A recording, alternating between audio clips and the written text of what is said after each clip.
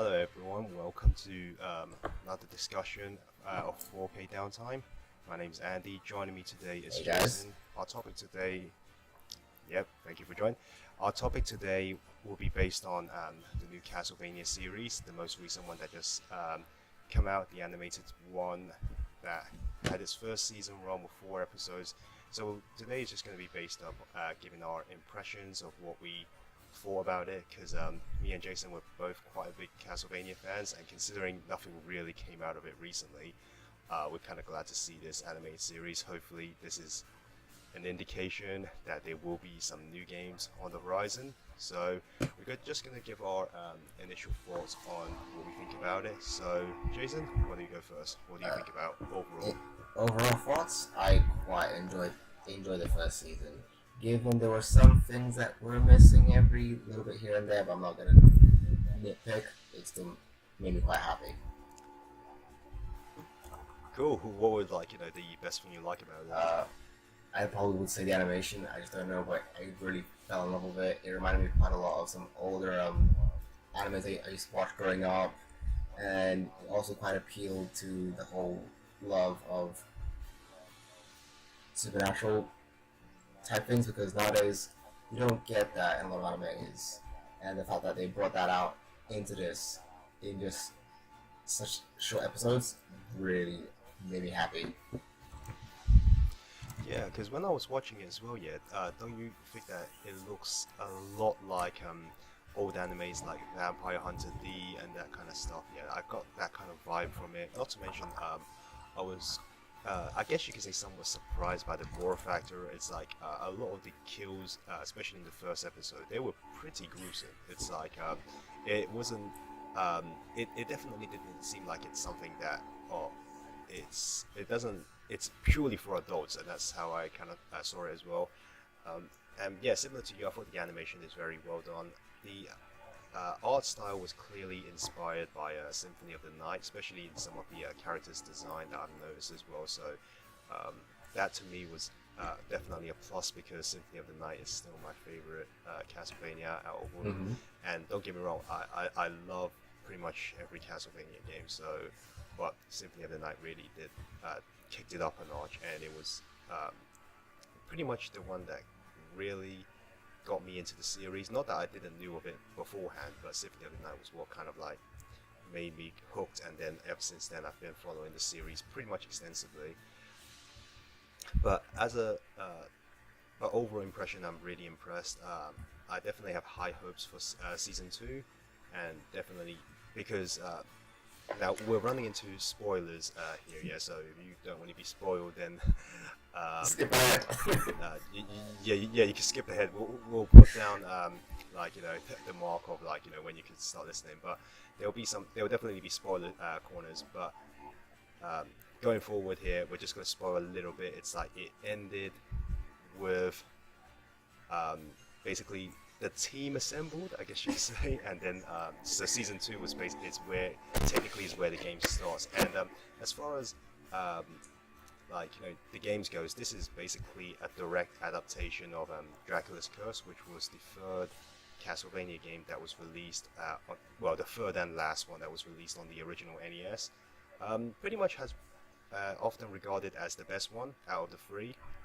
And I certainly agree, just because the third one had more substance. So you could say that the end of this first season is basically the beginning of that game. So yeah. Yeah, go on, Jason. Yeah. Now, my question is, first impressions on the characters, though. What did you think? Well, what did I think? Well, let's let's go start with Dracula first, since he was the first one that was introduced. Dracula, to me, what I liked about him is that walking into this, I thought they were just gonna give us maybe a typical reason of, okay, Dracula is wreaking havoc, and the Belmonts have to come and put a stop to him. But what I liked about, again, guys, heavy spoilers here. So if you don't wish to be spoiled, or you haven't watched it yet and you're planning to, please don't stop listening now. So they gave him a reason to why. Again, this game, aside from I mean, this season, aside from adapting directly from Dracula's Curse, it also adds a lot of elements from Symphony of the Night as well. For example, it shows how Lisa and Dracula first met. Because that was literally how the first episode opened up. It's like Dracula was just in his own castle, I guess you could say, just minding his own business. But then this woman suddenly come knocking on the door and just kind of wanted to know, I guess you could say, the technology slash magic of of what Dracula uses and that kind of stuff.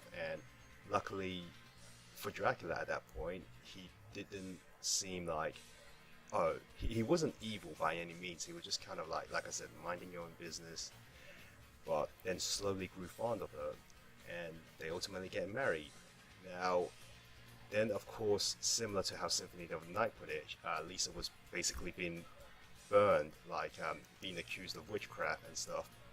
So obviously after she died, Dracula became furious about it, because she was kind of believing that she could, or at least Dracula could live among mortals, but as it turns out, he couldn't. And the fact that you even accused my wife of doing witchcraft and burned her at the stake, so that was his reason for wreaking havoc and just like sending his minions to go pretty much across all different towns and just killing. And that was the kind of story for him here. But I like how they gave him a reason. It wasn't just kind of like, oh, he rises and commands havoc. You know, the good guy.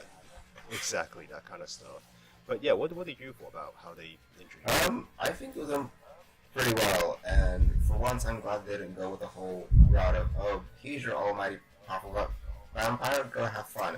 They actually gave him a proper reason as to why he just snapped and went insane. I mean, Carod, killing his wife, then accusing her of something she never did, and then, giving him a secondary reason as to why he can't, at all mingle with humanity. Yeah. And that's the other. That's what I'm saying. And the funny thing is, yeah, he didn't exactly kill everybody as soon as she died. He even clearly stated that, look, I'm going to give you a year. Go away, leave here. But as it turns out, obviously, you see, this is the kind of thing that I kind of was thinking as I was watching. I can't really blame Dracula. It's like, I even gave you a chance, just go away, and yet you still insist on staying here. And then, okay, then why? You're basically tempting me. You're pushing me to my, you're kind of pushing my patience a little bit here. And so yeah, I can't help but to get this funny feeling that maybe you deserve it. Can't agree more, really. Yeah, and that's for me, I really like Dracula, the way how he's been portrayed here as compared to some of the other games, just purely because he wasn't just an all-out bad guy, or just a vampire lord who just, like you said, wants to come and wreak havoc. They gave him a reason, a purpose for doing what he's doing, and it's also good to see that, at least from Lisa's perspective, it's like, look, I believe if you try, you could kind of live with us, that kind of stuff. And the funny thing is, even when she was being burned at the stake, you could see her still kind of mumbling and just kind of asking Dracula, look, they're misunderstanding all of this. Don't do what I wouldn't want you to do, that kind of stuff. So even in her dying breath, she doesn't wish you to wreak havoc and that kind of stuff. And for that, I just thought the first episode just set up the mood perfectly, and which obviously we'll go into episode 2, which segues into how Trevor has been introduced. And what did you thought about Trevor? Right, Trevor, at first I was like, okay, where to go in this? And then after a few minutes in, just fell in love with the character. I don't know why, but I think it's the fact that whoever designed them probably took ideas off of other characters I've seen before. Others being, Jin Tama from the Jin Tama series. Just a slightly laid back look on his face. Everything worked out perfectly. But I'm really hoping to see more from him, just to see how he goes out. Yeah, I think what I liked about him a lot yet is that he was kind of like he looked like basically was just wasted. Like he doesn't really care about his lineage anymore. He's fully aware of it, and the people in different towns is fully aware of the Belmonts and the crest, obviously that they bear and stuff. But you see, this is very interesting because in the original Dracula's Curse, if you've ever read the manual and everything, it talks about the way how the Belmonts was kind of banished from the Mm-hmm. land, just purely because of their connections with fighting vampires and monsters and everything like that. So they were being banished, and they kind of address that here as well. It's like he kind of says like, yeah, I'm the the last son of House Belmont and that kind of stuff. Um, but he looks like he's not proud of saying it. It's kind of like, yeah, I know what my family has been through, and we've been banished now and everything. So that's why you see when he first went into that town, when he clearly hear people shouting and yelling, like and the creatures was attacking at that time, but he didn't seem like, oh, I'm gonna rush in and help. He literally was just walking by, and he didn't seem like to care that these people are suffering. He doesn't seem to care that there was mountains of dead bodies lying around everywhere. And he just minding his own business because he believes that why should I care? And that's basically his reason why. And I thought it was a great way to kind of develop him by just kind of show him that not caring and then slowly kind of like finding out his calling, that you have to like save these people. You have to like do what your family is basically was born to do, was destined like to carry out this. But it wasn't just that simple reason of you have to do it because you're a Belmont, which in the games is usually kind of like that.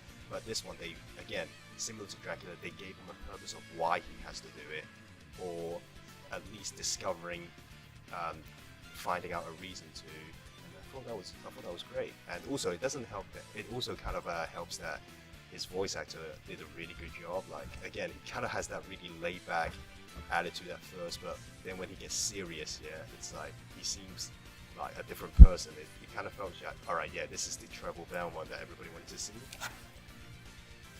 That's what I want to hear. Another thing was that in one of the episodes, he was clearly drunk when he entered, I think it was a tavern, and he just swung a bag of coin onto the counter, as if he was like, yeah, I'm gonna go now. I know, that's the thing that I like that I liked is that he just seems like at the beginning he really didn't care. He literally just wanted to, okay, I'm just passing by, buy some food, and then I'll be on my way. And then it was just only afterwards that like he encounters like people who was in need, and how he went down to the like going down to the underground, and was trying to find Cypher and everything. And that part was really, really good because that part was taken directly from the game. Because when you play Dracula's Curse, before you rescue Cypher, she was turned into a stone, and it was the same kind of enemy as well. It was a Cyclops, and when you beat him, like Cypher gets back to being back her normal self again. Like she's not purified in being a stone anymore. So I thought that was really good. And not to mention, now that we bring that Cyclops into talks, the action scenes was really good. Like it was animated very well, and I thought it definitely looked the part of what a Castlevania battle will look like in like an animated series. And I thought that was done really well. It was quite smooth, and even from the body movement to whatever, there was either, I don't know, an attack for an hour, a spell and whatnot. It gave you a sense of, yeah, that is probably the actual pose and or movement a person will have to perform, instead of here, have a quick action-paced scene where you won't get what the hell's going on. Right. I am looking at you sort of online. Yeah. Yeah. So obviously now that let's move on like to the next character that they introduced, which was Cypher, and I actually At first, I didn't know what to think of her accent because I don't think they've ever really addressed it, like where Cypher's from. But her accent at first came off to me as sound sounding a little off. But then I kind of got used to it, and I end up liking it actually. I mean, have they ever actually said where she's from at all? Like in any of the games? I don't, I don't ever recall like they ever said anything about that. But yeah, I ultimately did end up liking her voice, and one thing that, again, going back to being faithful with the games, of course, she's kind of like a sorcerer. She could use ice and magic and fire and everything like that, and yeah, everything I've seen of her, of what she can do, was very good. I love that bantering between her and Trevor. So I guess you could say part of the reason why Trevor decided to stick around can potentially be due to her as well, because she was kind of there to convince him that look, there's a greater, like, evil around us, and you're not just gonna abandon us, right? Like, you're gonna live up to your name as a Belmont, you're gonna help us. And it's funny to see how he just kind of slowly eases up, like, alright, you know what, I'm just gonna do this, and get it over with. That's what it kind of feels like. Yeah, but I kind of feel like even after probably one of the main dangers is gone, he's still probably gonna stick around with her just to see how things go, because there's obviously some character chemistry there, and I want to see how it turns out. I mean, it could go either way. I don't care, as long as they can, make it work. Yeah, exactly. I felt like their banter and the way how they play off each other is definitely pretty good, and I would definitely like to see that get that being expanded upon, hopefully in season 2. But it's quite funny because, again, if you've watched this through to the end, like, you will notice that one character is still missing, and we'll go into that a little bit, like, once we talked about everybody. But yeah, there's still a character missing. But as far as Cypher goes, I did really like that action scene where they're attacking the town, and you see Trevor literally, like, look, guy, ordering the people around. It's like, have you got this? Have you got that? Take salt and, like, raise your pitchforks and everything. It's at that point, it's like he never actually have forgotten his role, like how to do his job and everything like that. Like, this is how you attack them and that kind of stuff. And the way how he was commanding them, I thought it was done really well. And again, they kind of utilized Cypher's ability there really well really well. And you see that big vampire, the one who speaks and everything. Yeah. And I just kind of like, they even put in these like classic situations of just like, okay, it's his sucking up his dying breath, and we're just kind of like giving away that, oh, my master's gonna come and get you, and then he just doesn't even let him finish. And I felt like that was a great little touch on just how Trevor's personality is. I don't care, you're gonna die anyway, just it was literally your standard, oh, just shut up and die. Yeah. When I saw that, I'm like, you know what, it's those classic scenes that you've seen a lot of times, and I'm like, you know what, it's a cliche I really like, so I didn't really mind that. And of course, now that just leaves us to one last character, and he happens to be my favorite character in Castlevania as well. It's no surprising, because I already said Symphony of the Night is my favorite. So the last character that they introduced in the series, and he literally, to be fair, he appeared in the first episode already, so, but his full introduction was in episode 4, and that's Alucard.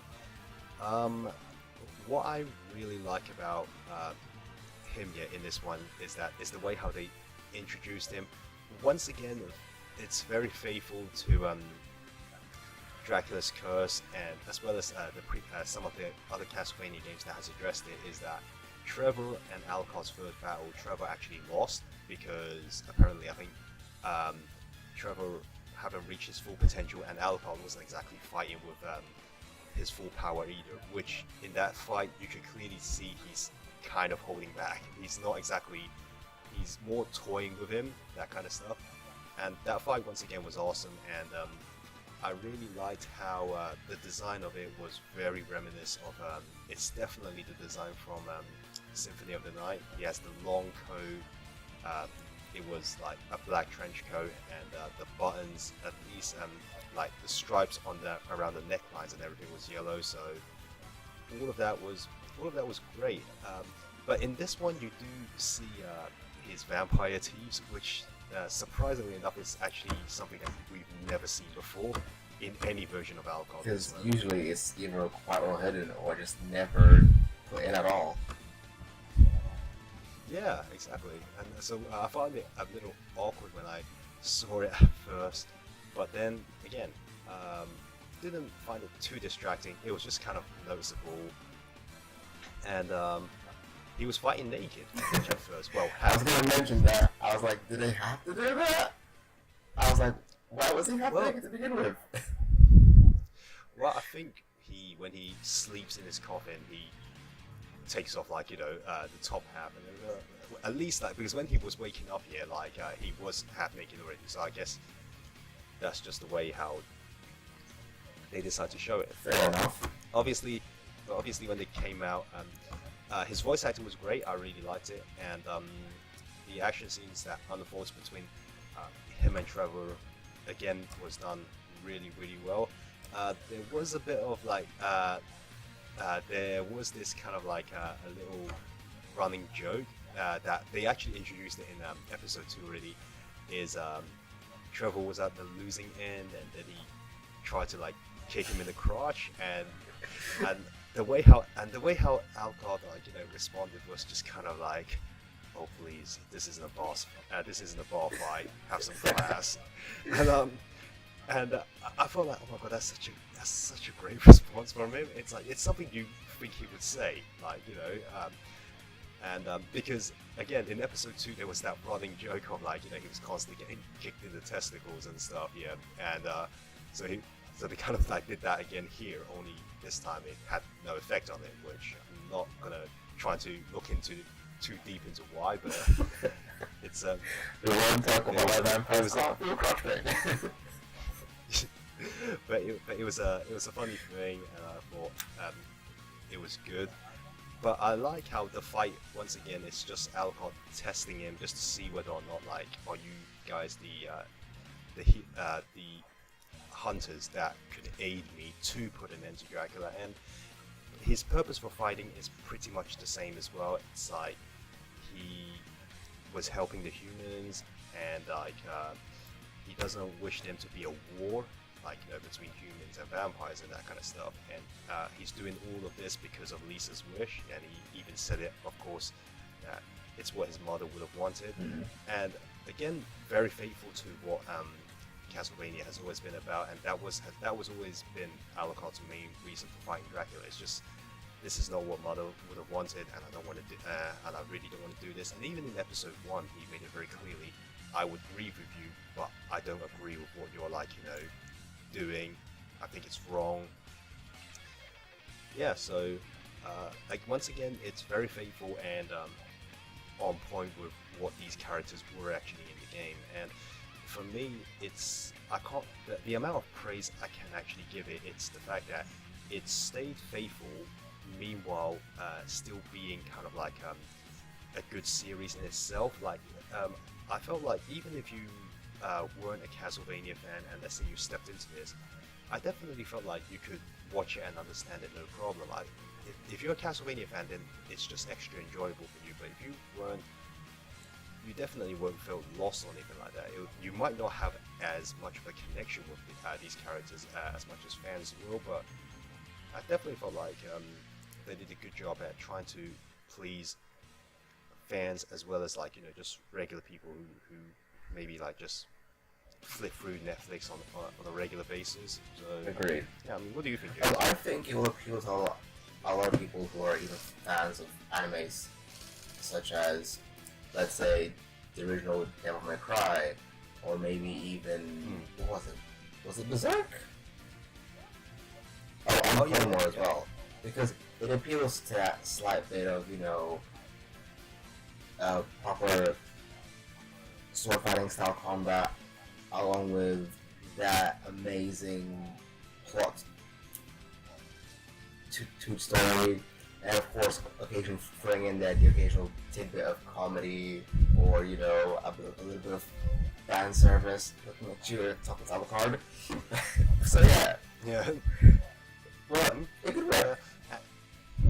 Exactly, and of course the season one ended with all three of them basically on its way to, which is again, this is kind of how I guess you could say how the game kicked it off and that kind of stuff. The only character I remember we said there was one character that was missing.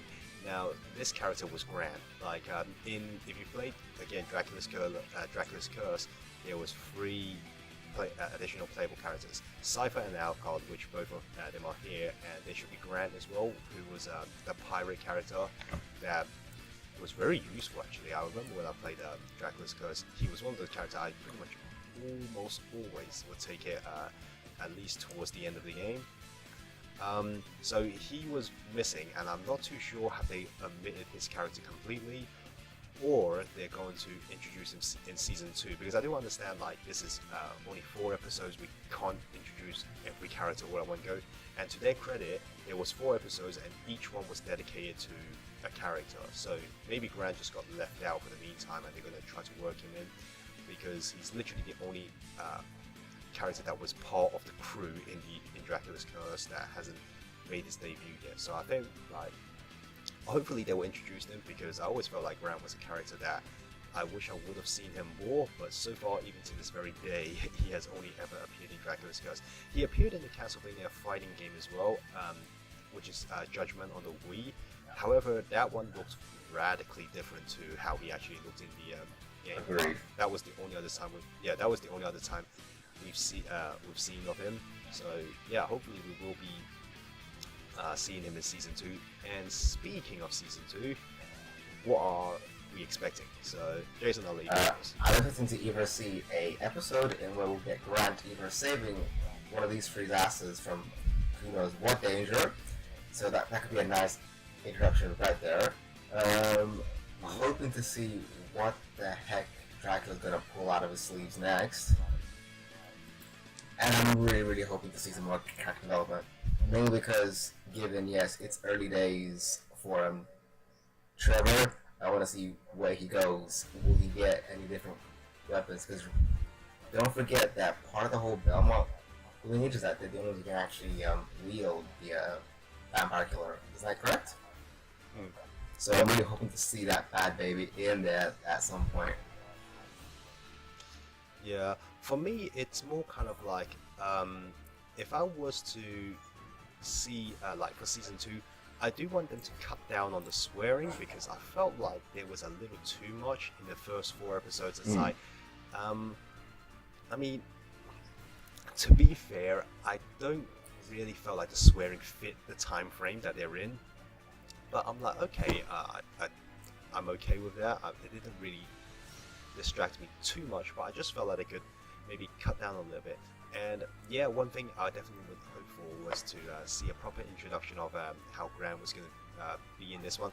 I hope they didn't omit his character completely, because I would be really disappointed, because that means that you're missing like somewhat of an important part of Dracula's Curse, because there are people that, who played it really liked him, so hopefully they didn't omit his character and that he will be in it.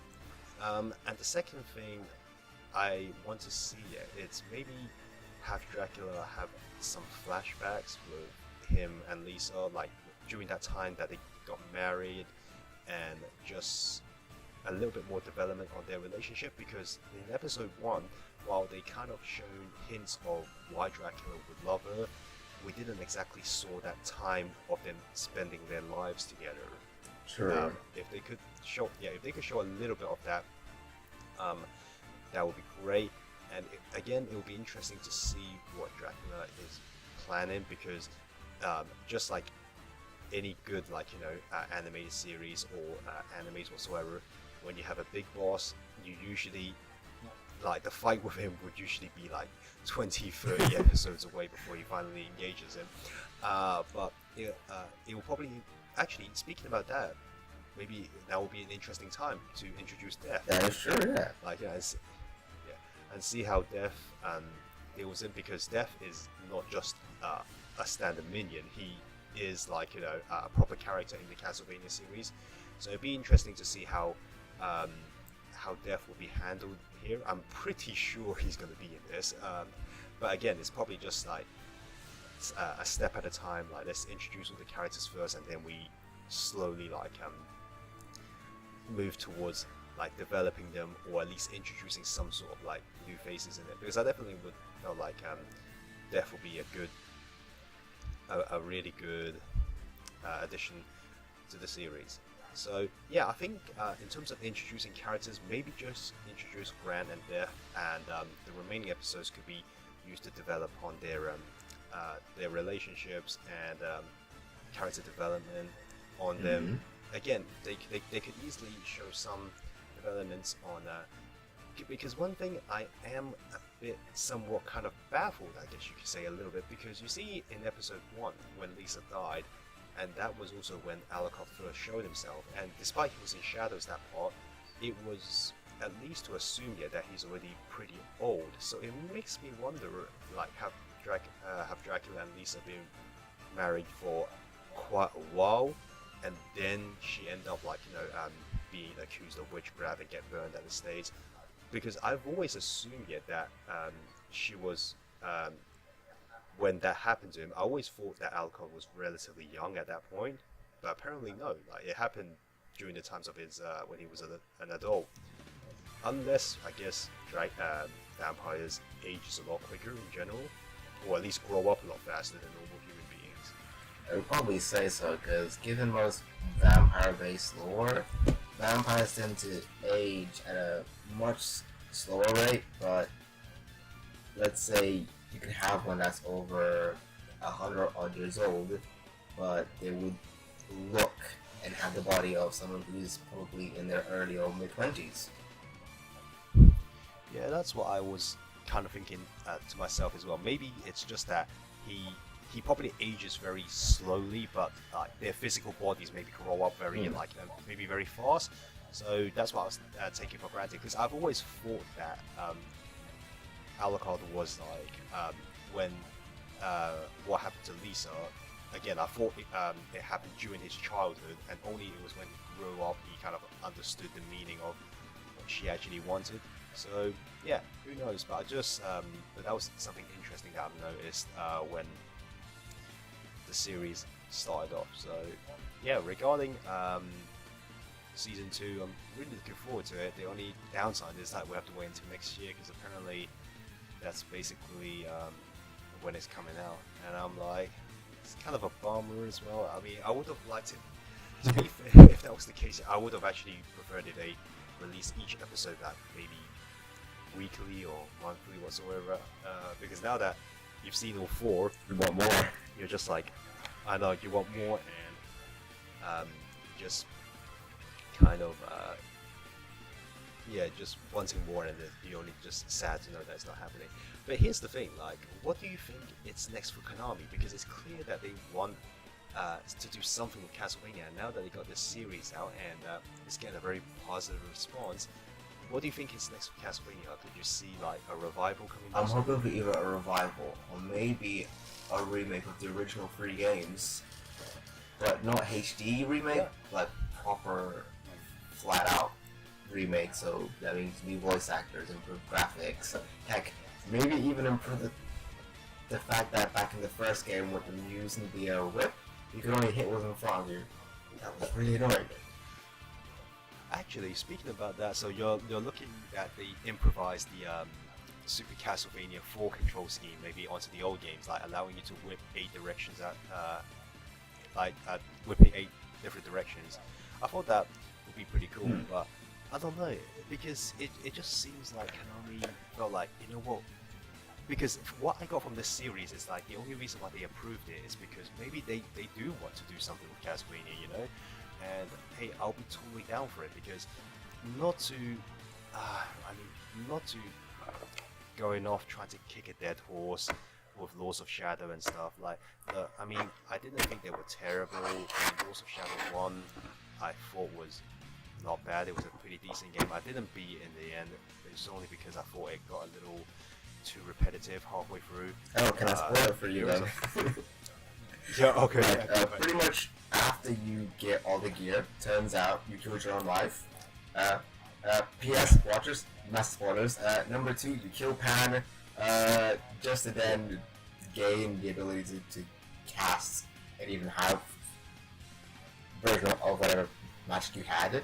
You kill this poor mute girl just to obtain a dark gauntlet. I was like, come on, she was sleeping. You were just stab her in the throat.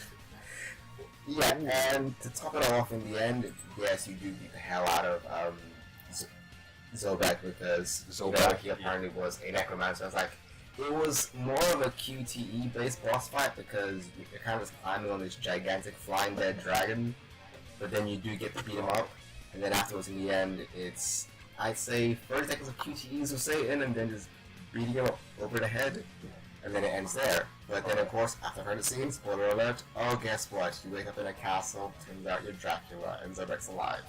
I was like, wait, you what? Yeah, that's kind of like what I've been hearing as well. But isn't Zobek supposed to be dead? Apparently, yeah, because apparently you get to fight him again, and turns out he is actually deaf, just disguised as an old member who had died during a mission for the Brotherhood, who is voiced, by the way, by Sir Patrick Stewart. Yeah. Amazing voice, to be honest, both when he was calm and pissed off. Yeah, that was the thing. He's such a great talent anyway. And then, of course, my experience with it next year, because I've played all 3 of them, but I haven't beaten any of them.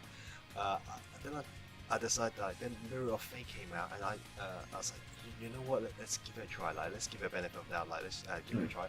And then when I played it, my biggest problem with it, now don't get me wrong, it looked fine, it played fine as well.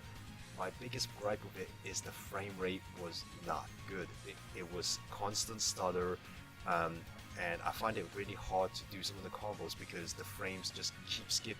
It was like skipping frames, and I just didn't know how to pull off some of the moves properly. And from what I got from that game's story is that obviously a new baby was born, and it turns out to be Trevor, and then obviously in this universe, Trevor was married to Cypher, and as far as I know, Cypher's not a sorcerer in this. And they have a son, and apparently it's Simon.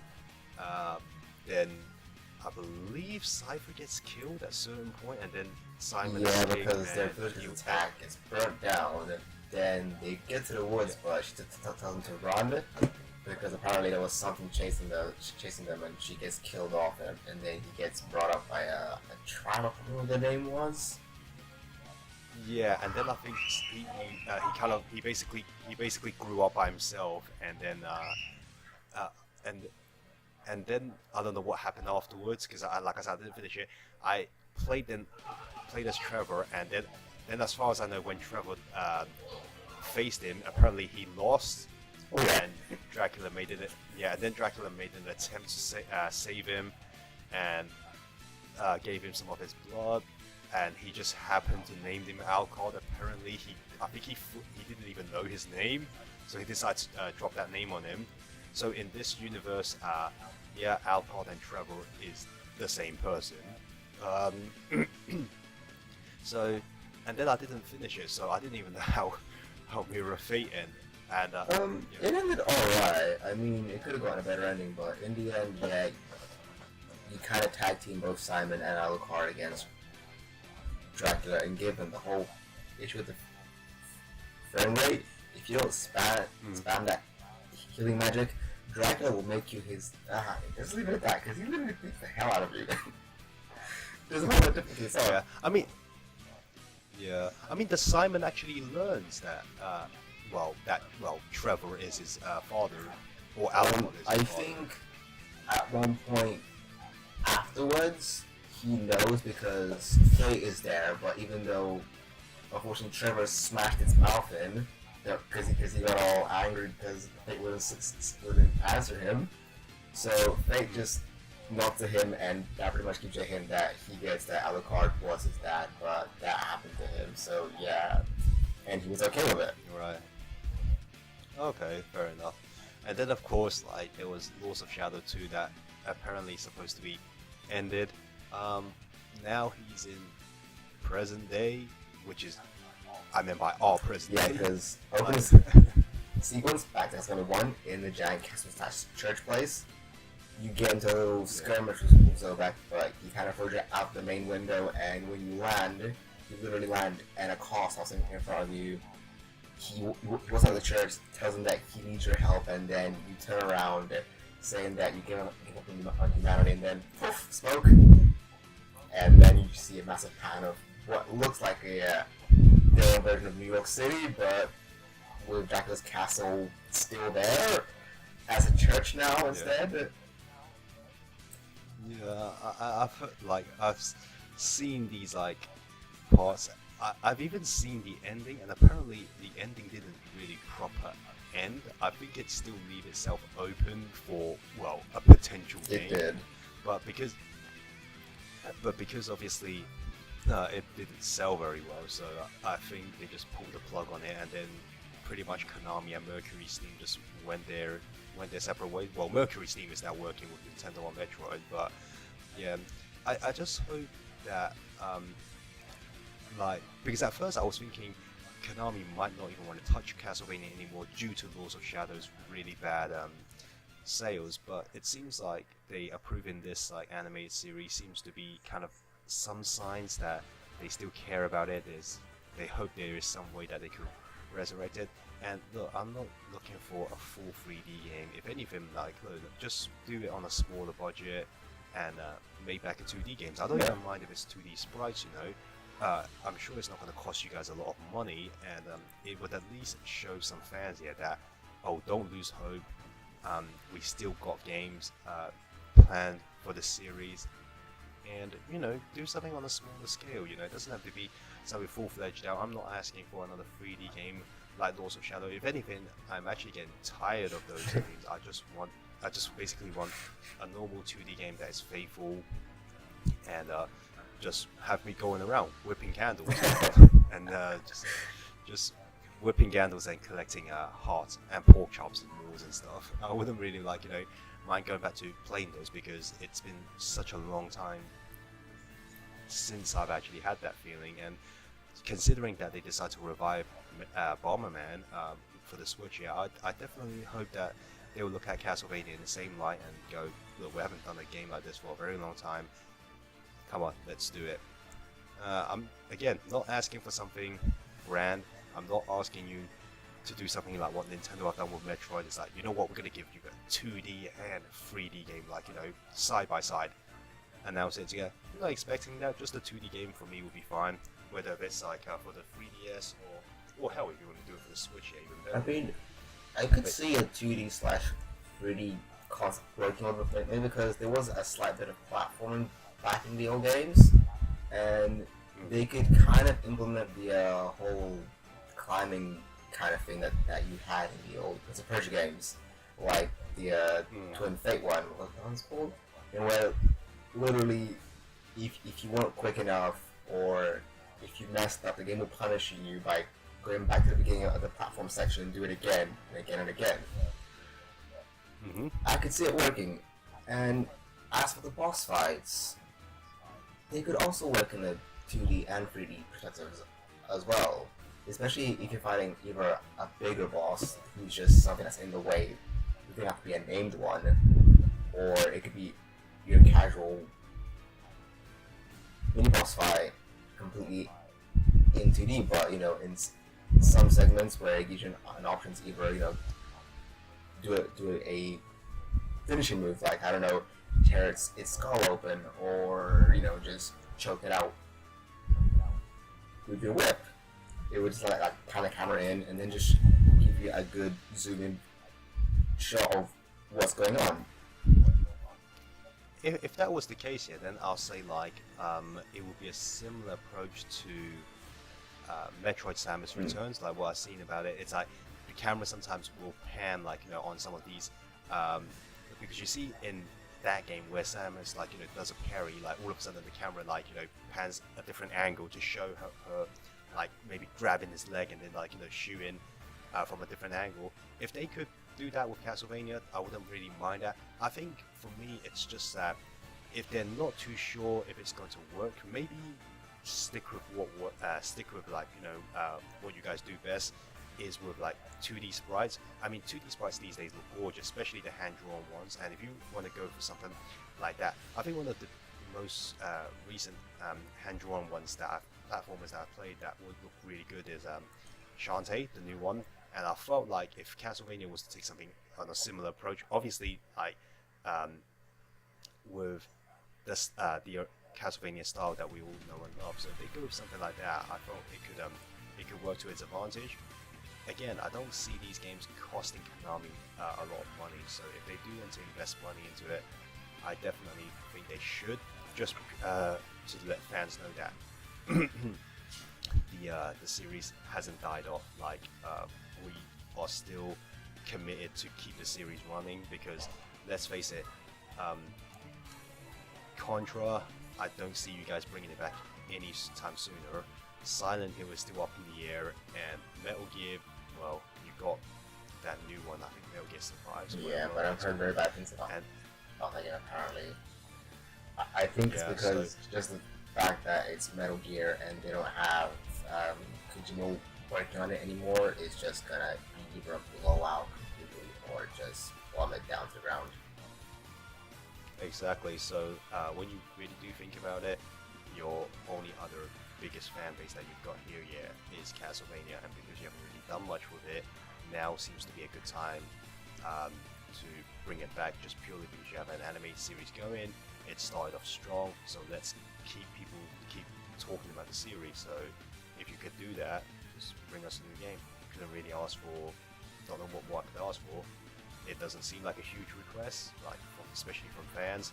It just seems like it's something that you should do, because you at least seems to have given fans some sort of hope. Because if you look at that trailer for the anime series, the first one, you even see an NES there, you see an NES cartridge and everything, and I'm like, alright guys, is this alluding to anything? Are you trying something? I want to believe you guys are wanting to try something, but again, we didn't hear anything at E3. Maybe at Tokyo Game Show, you would like surprise us and come out and say, yeah man, we're having a new game coming out. It's on every platform, if anything. But yeah, but other than that, any more final thoughts before we wrap up? Yeah, just one. Please, for the love of God, no pachinko machines. That's all I ask for. Yeah, definitely no more pachinko machines, please.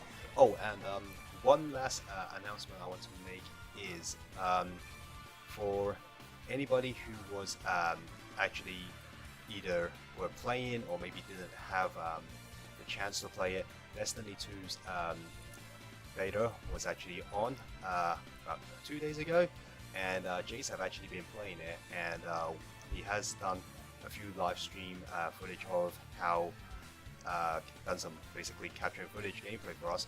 So if you was one of those people who didn't have a chance to play it, we'll be uploading some videos real soon that would show off some of gameplay footage. Jace, I believe he captured about, was it an hour or so, right? The first 10 minutes were purely just the intro for the Homecoming mission, explaining what's happening to all the Guardians. And then everything else, guys, it's me either getting killed or just going completely insane over the new abilities. Right, so that video will be uploading soon as well. So the other thing is, for Destiny 2's beta, I believe it either ended. Did it end it today, or was it yesterday? Because I haven't. I think it ends today in about an hour, really. Actually. Yeah. Oh wow. So yeah, like for anybody who haven't played it but just were interested to maybe hear some of our opinion, or at least Jason's opinion, he will be uploading some videos soon, so you can check those out. But other than that, I don't really have anything more to add. Jason? That's all, folks, really. Alright, okay. So, yeah, guys, yeah, we're just going to end it now. If you like this video, please like, comment, and subscribe. If you've got any questions or any opinion of yours of how you see if you have you seen the new Castlevania series. You liked it, you didn't like it. Comment below and share your thoughts. We check on our comments on a regular basis, so if you do have any opinions that you wish to share, feel free to comment. Again, I'm your host Andy, and this is us signing off. So bye.